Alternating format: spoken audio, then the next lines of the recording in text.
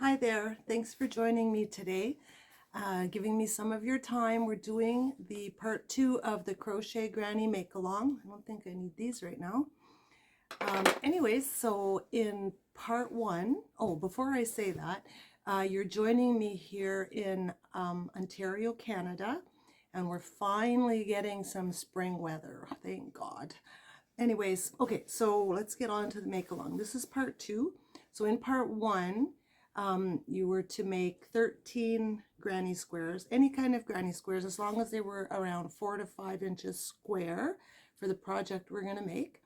So now it's a month later, it's April 8th, and I've done my 13 squares, and I'm going to show you right here my 13 squares. So you'll see them here in a circle. I'm pretty sure I had it in a circle. And my ends are all sewn in there, and I'm ready for part 2. So now in part 2, what we're going to do is I've already put mine together, so I'm not going to quite show you yet. This is my little bag I'm using. It's from Gracie Creative. Unfortunately, she doesn't make bags anymore. I did manage to get some from her while she was making them. She made awesome bags.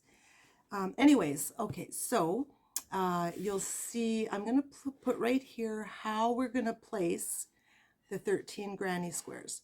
So in this picture, they're not blocked. I've just flattened them out with my hands. If I have a little video, I know I took a few little videos, so if I did take a video, you'll see it here, how I arrange them and put them together and just kind of flatten them out. So hopefully I find that video and put it in.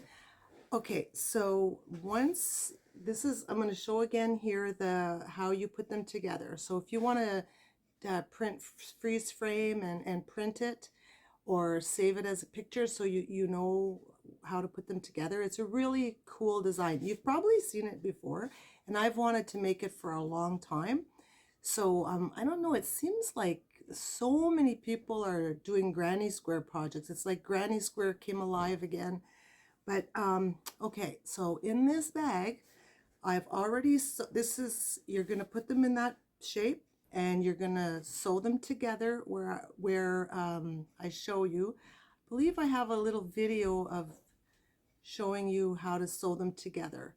And you'll just sew them together in the places where they're touching in the picture.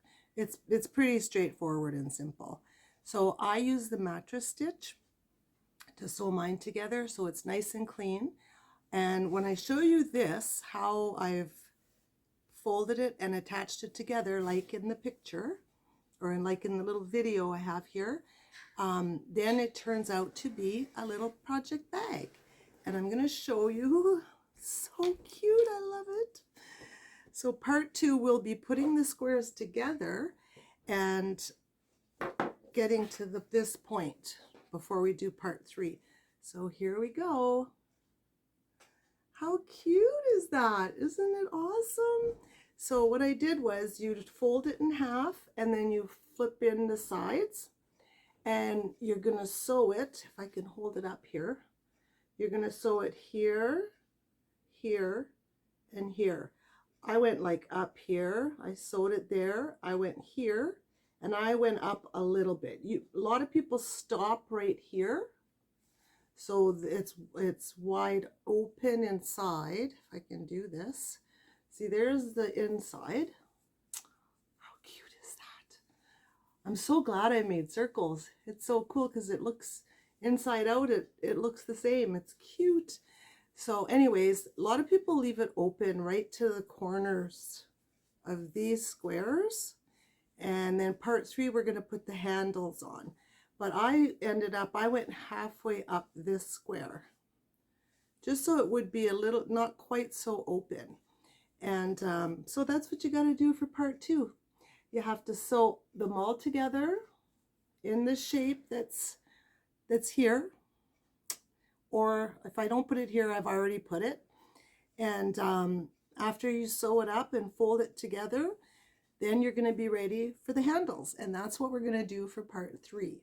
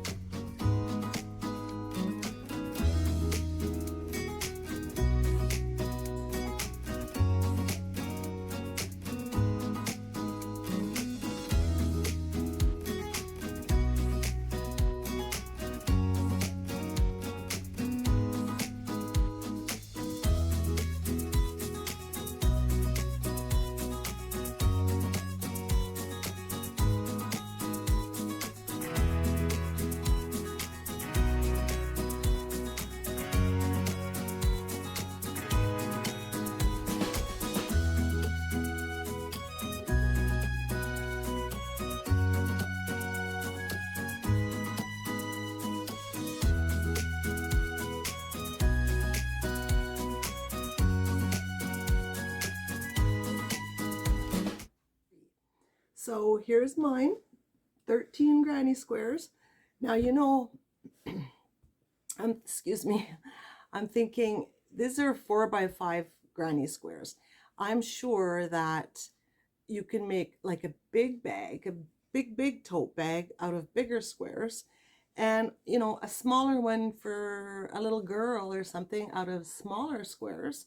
And some people make it where all the squares are matching except the middle square here, and on the middle on each side has a big 3D, like a three-dimensional flower, which would be beautiful too. So this is what you got to do. That's part 2. And if you have any questions, just put it in the comments. I'll gladly answer. And on part 3, we're going to be making the handles. Now you can do any kind of handles you want. If you want to see the kind of handles I'm going to put on, then, you know, come and see part 3, which will be in another month from today. Part 1 was a month ago, March 8th, and then now it's April 8th, we're part 2, and May 8th will be part 3, the handles.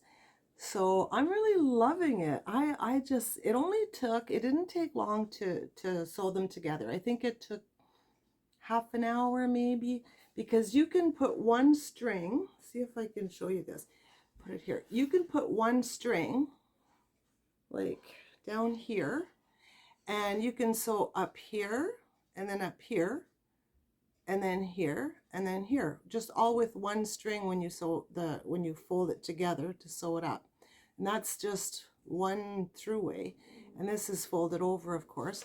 Now when you're putting the whole thing together and sewing them before you fold it, there's also places where you can run along and not have to do each square, and you'll see that when you have it all set up together. Anyways, yeah, it was piece of cake. It's not hard at all. So hopefully, I can't wait to see yours. Hopefully I'm going to see yours. What we'll do is we'll have a hashtag on my Instagram, which is down below. And if you like, you can tag me on Instagram and show me the one you made. So anyways, hopefully you're enjoying this. And this is just a quick video for part 2 of the Crochet Granny Square project make-along. So sew them up and get them all ready for the handles. Thanks a lot, everybody. Take care. Bye.